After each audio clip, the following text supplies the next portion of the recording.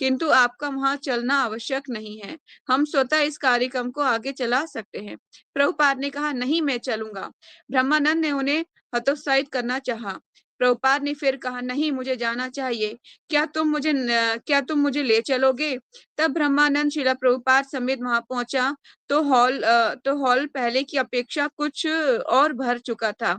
जब प्रभुपाद कम प्रकाश वाली व्याख्यानशाला में प्रविष्ट हुए तो वे अपने रेशमी केसरिया वेश में अत्यंत तेजस्वी लग रहे थे। उनके आगे बढ़ने के साथ साथ भीड़ उनका रास्ता छोड़ती गई और लोग उन्हें अत्यंत उत्सुकता पूर्वक देखने लगे। मंच पर प्रभुपाद ने कीर्तन की अगुवाई की और भाषण दिया। यद्यपि स्वहली भाषी जनता प्रभुपाद के भाषण को समझने में असमर्थ थी, किंतु उनके मन में सम्मान था और उन्होंने कीर्तन पसंद किया। भारतीय समुदाय के सदस्य प्रभुपाद द्वारा अफ्रीकियों के लिए उनका हॉल खोल देने पर आशंकित थे और कुछ लोगों ने तो ये देखने के लिए उनमें भाग लिया कि क्या होगा।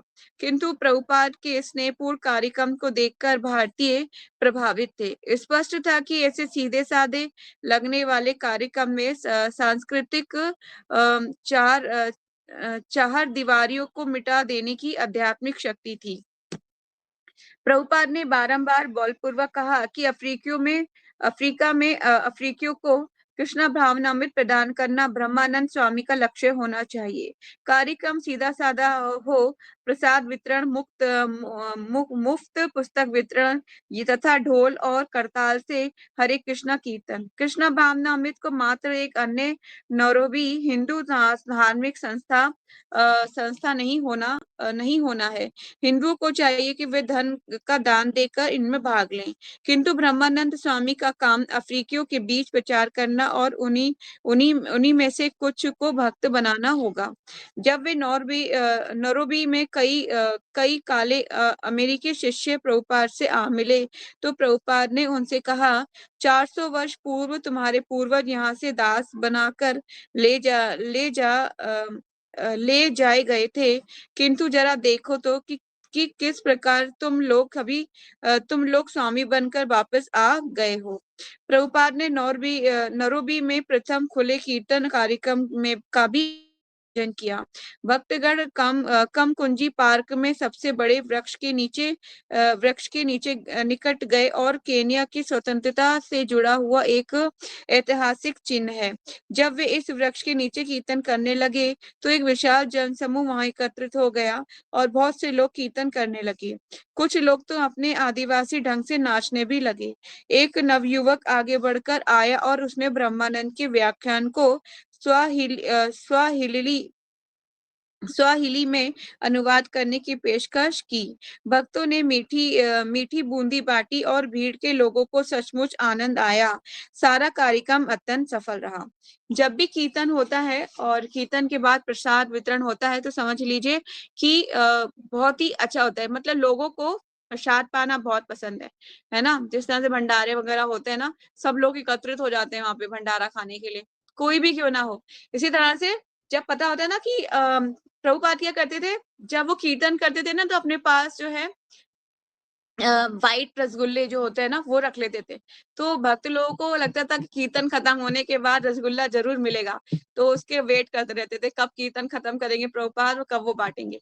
तो कुछ लोग तो सिर्फ उसे ही खाने के लिए आते थे, धीरे धीरे उसे खाते खाते ही भक्त बन गए। तो प्रसाद बहुत बहुत बहुत ज्यादा बहुत अट्रैक्ट करता है, बहुत। इसलिए संडे फीस्ट प्रोग्राम की शुरुआत भी प्रभुपाद जी ने की थी और संडे फीस्ट प्रोग्राम आज भी इतना पॉपुलर है कि आज लोग चाहे पूरे हफ्ते नहीं आए पर संडे फीस्ट प्रोग्राम में 1 बजे आके बैठ जाते हैं। आप सोचोगे कि 1 बजे क्यों, मात्र 2 बजे होता है ना संडे फीस्ट। तो 1 बजे इसलिए आते हैं कि जब वो लेक्चर सुनेंगे तो उन लोगों को कूपन मिलेगा।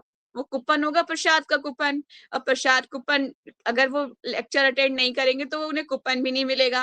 और प्रसाद पाना है, संडे फीस्ट प्रसाद पाना है तो उस लेक्चर भी सुनना पड़ेगा, चाहे वो समझ में आए ना आए, चाहे बैठने का मन करे ना करे, चाहे घुटने में दर्द है, पीठ में दर्द है, लेकिन पेट को तो फीस्ट चाहिए ना, प्रसाद।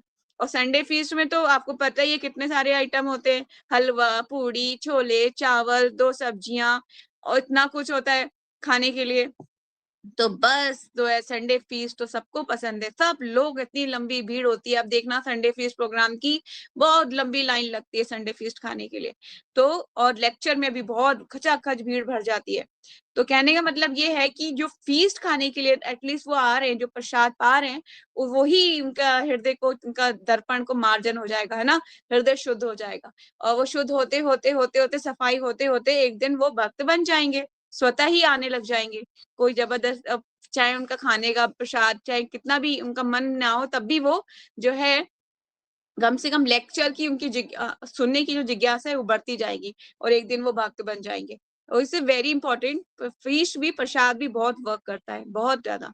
ठीक है, इसीलिए प्रभुपाद के स्पेशल इंस्ट्रक्शन थे, जब भी आप कोई भी प्रोग्राम ऑर्गेनाइज कीजिए, फर्स्ट प्रसाद जरूर का, प्रसादम का जरूर ध्यान रखिए। ठीक है, बहुत इंपॉर्टेंट है, प्रसाद जरूर वितरण कीजिए। चलिए आगे चलते हैं। प्रभुपाद ने नैरोबी में प्रथम खुले कीर्तन कार्यक्रम का भी आयोजन किया। भक्तगण कम कुंजी पार्क में, ये मैंने पढ़ लिया। हाँ, ब्रह्मानंद तीव्रता से प्रभुपाद के पास आया और उसने पार्क में हुए आश्चर्यजनक कीर्तन की सूचना दी। ब्रह्मानंद को वैसी ही उमंग का अनुभव हुआ जैसा कि 1966 में न्यूयॉर्क सिटी में वॉशिंगटन स्क्वायर पार्क के प्रथम कीर्तन की सफलता के समय प्रभुपाद को सूचित करते हुए हुआ था। उस समय की भांति अब भी परिणाम सफल ही थे। प्रभुपाद ने अपने निजी उदाहरण द्वारा ब्रह्मानंद स्वामी के को प्रेरित करके कुछ ही दिनों में अफ्रीका में प्रचार का लक्ष्य परिवर्तन कर दिया था। भारतीयों के बजाय अफ्रीकियों का पर लक्ष्य हो गया। नैरोबी विश्वविद्यालय में जिस रात शिला प्रभुपाद का व्याख्यान हुआ, उस रात सभागार में 2000 अफ्रीकी विद्यार्थी भरे थे और सैकड़ों बाहर खड़े हुए दरवाजे पर खिड़कियों से भीतर झांक रहे थे। सर्वप्रथम प्रभुपाद ने अपने एक काले अफ्रीकी शिष्य भूत भावन से एक संक्षिप्त परिचय प्रस्तुत कराया, जिसमें से कुछ स्वाहिली वाक्यों का प्रयोग किया। उनमें से उसने हरम्बे से प्रारंभ किया, जिसका अर्थ है भाइयों, आपका स्वागत है, आओ एक साथ मिलकर कार्य करें। फिर प्रभुपाद बोले, सारा संसार केवल इच्छा करता है और पछताता है। तुम तुम अफ्रीकी लोग यूरोपियनों तथा अमेरिकियों के समान बनना चाह रहे हो, किंतु यूरोपियनों ने तो अपना अपना स्वराज्य खो दिया है। अब तो वे अब पछता रहे हैं। इस तरह एक पक्ष इच्छा कर रहा है और दूसरा पछता रहा है। हम लोग इन अफ्रीकी देशों के समस्त बुद्धिमान व्यक्तियों को आमंत्रित करने आए हैं और वे हमारे पास आकर हमारी इस विचारधारा को समझें और इसका वितरण करें। तुम अपना विकास करना चाह रहे हो तो अच्छी तरह से विकास करो, किंतु यूरोपियनों तथा अमेरिकियों का अनुकरण ना करो, क्योंकि वे लोग कुत्ते बिल्लियों की भांति कर रहे हैं। ऐसी सभ्यता स्थायी नहीं रह सकती। वहां पहले ही परमाणु बम तैयार हैं। जो ही अगला युद्ध शुरू हुआ, त्यों ही सारे गगनचुंबी भवन, सब कुछ विनष्ट हो जाएगा। तुम लोग वास्तविक दृष्टिकोण, मानवीय जीवन के वास्तविक पक्ष को समझने का प्रयास करो। यही कृष्णा भावनामृत आंदोलन है। हम आपसे निवेदन करते हैं कि आप आकर इस विचारधारा को समझें। आपका बहुत बहुत धन्यवाद। ठीक है, प्रभुपाद का ये एक लेक्चर था वहां पर। लोग प्रभुपाद के सम्मान में खड़े होकर वाह वाह करने लगे। उनकी इस प्रतिक्रिया से एक बार फिर सिद्ध हो गया कि कृष्ण का संदेश उनके हृदय को छू गया। ये राजनीतिक, भौगोलिक तथा सामाजिक अवस्था में भेदभाव से रहित सभी लोगों के लिए था। जब प्रभुपाद नैरोबी हवाई अड्डे पर पहली बार उतरे, तो उन्होंने एक संवाददाता को विश्वास दिलाया था कि वे अफ्रीकी लोगों को धर्म उपदेश देंगे और अब वे ऐसा ही कर रहे थे। वे अफ्रीको को वही संदेश और वही भक्ति का की विधि बतला रहे थे जो उन्होंने अमेरिकियों को बतलाई थी। अमेरिकियों को क्या चाहिए और अफ्रीकियों को क्या चाहिए, वे कृष्ण भावनामृत में ही मिल सकता है। यदि सत्यनिष्ठ तथा बुद्धिमान लोग आगे बढ़कर कृष्ण भावनामृत के प्रसार में योग दें, तो ये विधि कहीं भी कारागार सिद्ध हो सकती है। नैरोबी में प्रभुपाद का प्रचार विशेष रूप से सक्रिय रहा। उन्होंने एक नए शहर में कृष्ण भावनामृत को स्थापित कर दिया था, जो ब्रह्मानंद स्वामी के लिए अनुकरण करने तथा पूरे महाद्वीप महाद्वीप में कृष्ण भावनामृत का प्रचार स्तर दिखलाने के लिए मार्गदर्शन था। श्याम सुंदर अपने जीसीबी जीबीसी गुरु भाइयों को प्रभुपाद के विस्मयकारी कार्यक्रम से अवगत कराता रहता। बिजली की तीव्र गति से कदम बढ़ रहे थे और कृष्ण भावनामृत अपने कार्यों का एक और विशाल क्षेत्र खोल रहे हैं। लोग उत्सुकता के साथ उमड़ रहे हैं और गंभीर प्रश्नों की झड़ी लग रही है। एक दिन रात गए प्रवचन के बाद प्रभुपाद ने भोजन मांगा और कहा, देखिए मैं भूखा हूँ, मुझसे बुलवाते रहो, यही मेरा जीवन है, मुझे बोलने से रोकने ना दो। ठीक है, प्रभुपाद चाहते थे कि वो ऑलवेज मतलब प्रचार कार्य करते रहे, हमेशा हमेशा। तो प्रभुपाद 1977 में चले जाते हैं, लेकिन जब वो जाने से एक दिन पहले भी प्रभुपाद क्या कर रहे होते हैं, भागवतम का अनुवाद कर रहे होते हैं। उनके शिष्य उनके एकदम उनके चेहरे के पास लाके उनके मतलब मुंह के पास लाकर उनका अनुवाद को रिकॉर्ड कर रहे होते हैं। आपके पास वो वीडियो किसने देखी है, प्रभुपाद के लास्ट वीडियो देखिए किसी ने? यस यस यस, जिन्होंने नहीं देखी है उनके लिए शेयर करिएगा आज की वो वीडियो, क्योंकि प्रभुपाद ने जो हमें दिया है ना, हम वो उस ऋण को कभी उतार ही नहीं सकते, कभी उतार ही नहीं सकते।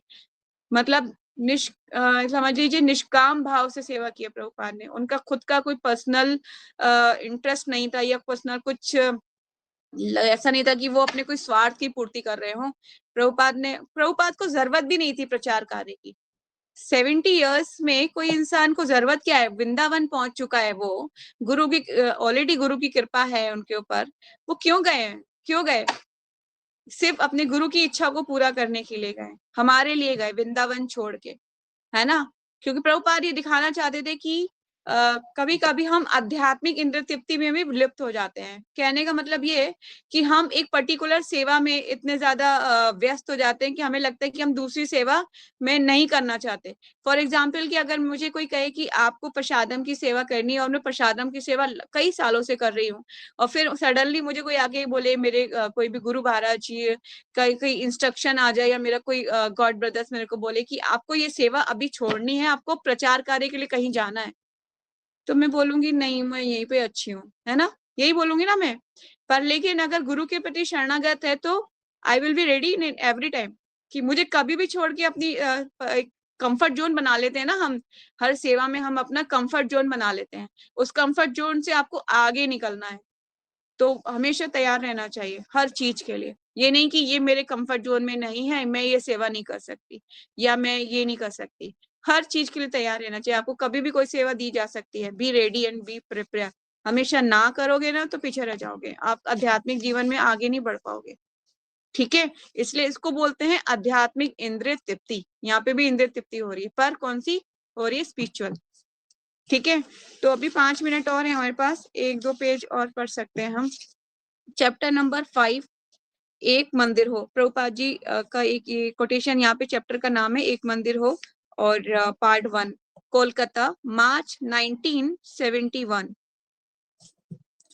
आधी रात बीत चुकी थी। प्रभुपाद अपनी नीची चौकी के पीछे तकिए पर बैठे थे और पूरी इमारत में उन्हीं की लाइट जल रही थी। अन्य सारे भक्त सो रहे थे।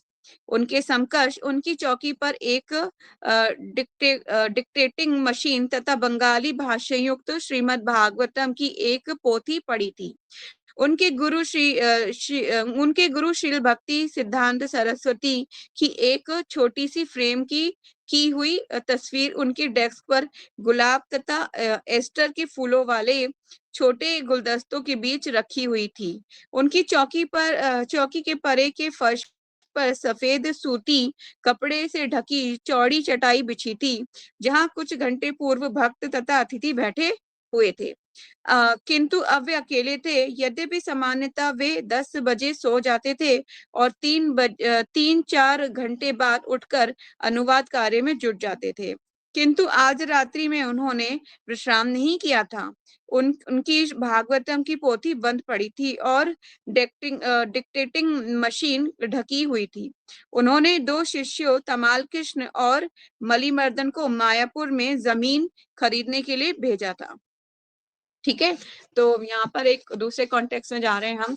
और तमाल कृष्ण गोस्वामी महाराज की समाधि मायापुर में है और हमने वहां पे झाड़ू भी लगाई थी। इस बार हम गए थे, ईशा और मैंने, हम दोनों ने वहां पे झाड़ू लगाई थी, तो बहुत अच्छा लगा था हमें और ब्लेसिंग्स भी मिली थी हमें वैष्णव्स की। तो उन्होंने बोला था, प्रभु जी ने हमें बोला था कि भगवान आपको ब्लेस करेंगे, आपने वैष्णव समाधि पे झाड़ू लगाई है, तो आप समझ लीजिए कितनी ब्लेसिंग मिलेगी आपको। तो बहुत अच्छा लगा था, हमने ये सब काम किया था। तो आगे चलते हैं। तो उन्होंने अपने 2 शिष्य तमाल कृष्ण तथा बलिमर्दन को मायापुर में जमीन खरीदने के लिए भेजा था। किंतु 6 दिन बीत चुके थे। ना तो उनमें से कोई लौटा था, ना ही कोई संदेश आया था। उन्होंने उनको कहा था कि जब तक सौदा ना पूरा हो जाए तब तक वे लौटे नहीं। प्रभुपाद के इंस्ट्रक्शन है, जब तक तुम जमीन ना खरीद लो ना, वापस मत आना, यहाँ पर मुझे मुंह मत दिखाना अपना। अब कोई प्रभुपाद ने कोई पैसे नहीं दिए थे उनको कि जाके जमीन खरीद लो, ये पैसे हैं ले जाओ, बहुत आसान है ऐसा करना। तो और उनको फंड कलेक्ट भी करना है, फंडिंग भी करनी है और सब काम करना है। तमाल कृष्ण गोस्वामी महाराज बहुत इंटेलिजेंट थे, सब चीजों में बातचीत करने में बहुत इंटेलिजेंट, हर चीज में तो बहुत होशियार थे। तो प्रभुपाद उनको भेजते थे, कोई भी सरकारी कोई भी डिबेट करनी है, कोई भी केसेस हो जाता है। एक ब्रेन वॉशिंग का केस आया था, तमाल कृष्ण गोस्वामी महाराज को बोला था जाके प्रस्तुत करो, भागवतम खोलो वहां पे जाके। तो ठीक है, तो आगे चलते हैं। जब तक वे लौटे नहीं, किंतु के कुछ दिन का समय आवश्यकता से अधिक था, वे चिंतित थे कि वे निरंतर अपने दोनों शिष्यों के विषय में सोच रहे थे। मंद समीर चलने लगा और अपने अपने हाथ खुली खिड़की से नीम वृक्षों की सुगंधी भी ले आया। रात्रि ठंडी हो रही थी और प्रभुपाद अपने कंधों पर एक हल्की चादर ओढ़ रखी थी। देखिए, प्रभुपाद ने उन्हें भेज तो दिया था, पर अब प्रभुपाद उनके लिए चिंतित भी थे।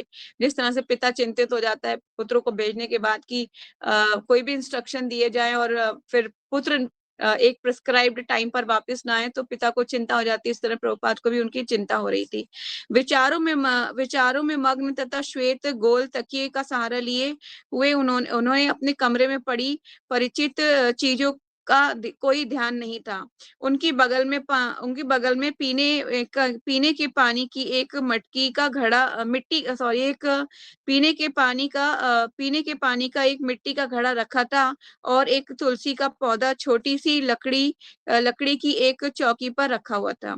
यद्यपि दिन तथा रात्रि के अधिकांश भाग में बिजली गायब रहती थी, किंतु इस समय चालू थी। सिर के ऊपर लटकते नंगे बल्ब के चारों ओर कीट पतंग मंडरा रहे थे। ऐसा होता है ना कभी कभी, ये सब देखा है आपने, ऐसा कोई एटमॉस्फेयर होता है गांव में भी। आज आप देखेंगे ना, कभी गए होंगे तो, कि कभी भी ओपन एरिया होता है तो कीड़े मकोड़े बल्ब के ऊपर आ जाते हैं। अभी भी जनरली आ जाते हैं, घरों में भी आ जाते हैं, पर खुले स्थान में जल्दी आ जाते हैं।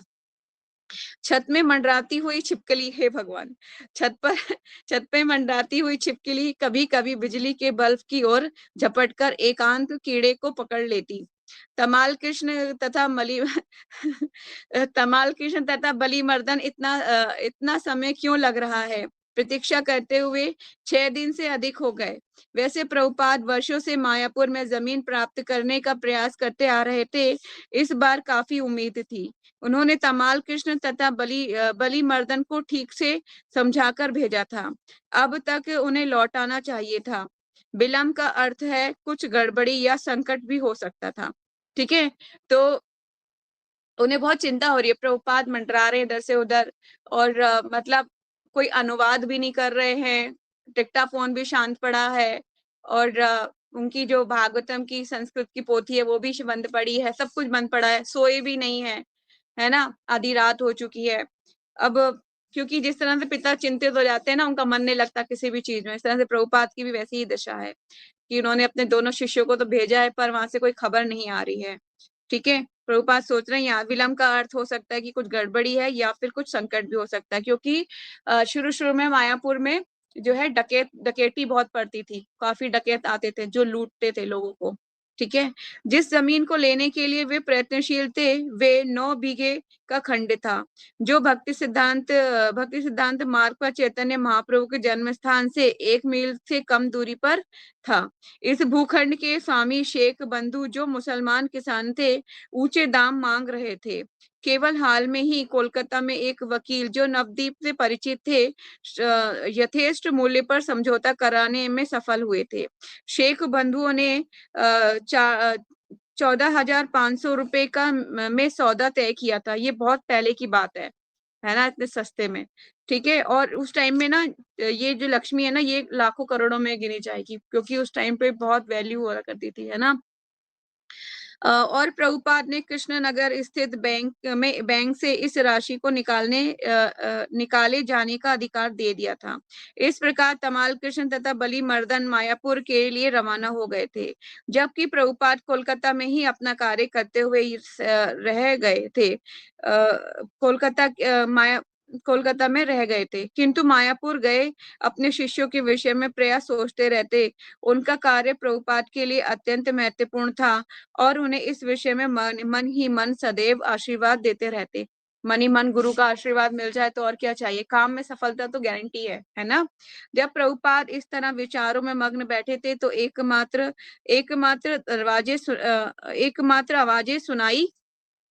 आवाजें सुनाई पड़ी।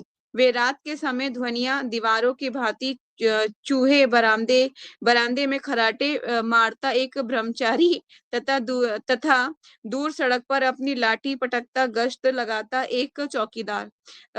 एक भी मोटर कार नहीं थी। कभी कभी लकड़ी की कोई रिक्शा खड्डों भरी सड़क पर चरमराती सुनाई पड़ती। प्रभुपाद चिंतित थे कि लड़कों को किसी ने लूट तो नहीं लिया। प्रभुपाद जी दुखी हो गए कि जो मेरे शिष्य गए लड़के, उनको किसी ने लूट तो नहीं लिया। उन्हें भोजन के पूर्व उन्होंने तमाल कृष्ण को दिखा दिया था कि किस प्रकार रुपयों को कपड़ों की पेटी में भरकर कमर में बांधते हैं। प्रभुपाद ने उन्हें सिखाया था कि जो लक्ष्मी है, आप ऐसे ओपन में मत ले जाइएगा। एक उन्होंने कमर में पेटी बनाई और उसमें कहा कि इन कमर में बांध दिए पैसों को, है ना। वहां पे लूट, मैंने बताया ना, जैसे डकैती बहुत पड़ती थी। ठीक है। किंतु ये धनराशि काफी बड़ी थी और नवदीप के पास डकैतियां पड़ती रहती थी। मैंने बताया ना जैसे आपको, वहां पे यहाँ पे भी वही लिखा है कि डकैतियां पड़ती थी।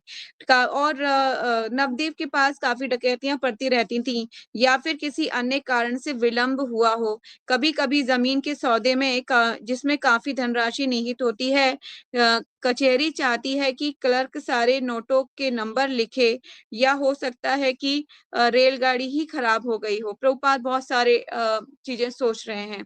सहसा प्रभुपाद को जीने में पदचाप सुनाई पड़ी, मतलब किसी के आने की आवाज सुनाई पड़ी।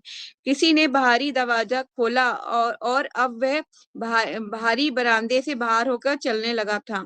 फिर एक हल्की दस्तक। हाँ, कौन है? तमाल कृष्ण ने प्रवेश किया। हरि बोल। और प्रभुपाद के समक्ष दंडवत प्रणाम करने लगा। तो फिर क्या खबर है? प्रभुपाद ने पूछा। तमाल कृष्ण ने विजय की दृष्टि से देखते हुए और कहा, आप जमीन आपकी हो गई। प्रभुपाद ने उच्छ्वास भरते हुए पीछे टेक ली और कहा, अच्छा, अब तुम आराम करो। प्रभुपाद बहुत ज्यादा उत्सुक नहीं हुए, पर बहुत प्रसन्न हुए। उन्होंने कहा, बहुत अच्छा हुआ, अब तुम आराम करो। अब हम इतना ही पढ़ेंगे, बाकी हम कल कंटिन्यू करेंगे इसको। ठीक है। Any question? नो? किसी का कोई क्वेश्चन नहीं है? तो अब कल का हम आगे कंटिन्यू करेंगे। यहीं पे आज की क्लास को हम विराम करते हैं। वांछा कल्पतरु भैक्ष कृपा सिंधु वाये वचा पतितानां पावनेभ्यो वैष्णवेभ्यो नमो नमः। अनंत कोटि वैष्णव भक्त विंद की जय। नामाचार्य हरदास ठाकुर की जय। जगत गुरु शील प्रभुपाद शिल गुरुदेव की जय। निताई गौर सीतानाथ प्रेमानंदे। हरि हरि बोल। हरे कृष्णा। दंडवत प्रणाम। Thank you so much for joining. Hare Krishna. और ये प्रभुपाद की जो लीला, ये जो बायोग्राफी है ना, ये ऐसा लगता है कि चेरी ऑफ द केक, जैसे केक के ऊपर चेरी होती है ना लास्ट में, तो वो है। तो it's very good. Prabhupada Lilamrita जो है पढ़ना चाहिए, सबको पढ़ना चाहिए। अगर इतनी बड़ी बुक्स नहीं पढ़ सकते तो ये बायोग्राफी तो सबको पढ़नी ही पढ़नी चाहिए। लेकिन लीलामृत को बोलते हैं कि वो वास्ट है, वो मतलब डिटेलिंग है, तो ठीक है, तो इट्स वेरी गुड। मुझे ये बहुत पसंद है, बार बार पढ़ना। Thank you so much. तो आज हम यही वाइंड अप करते हैं। हरे कृष्णा, दंडवत प्रणाम सबको। प्रणाम। नमस्ते। हरे कृष्णा।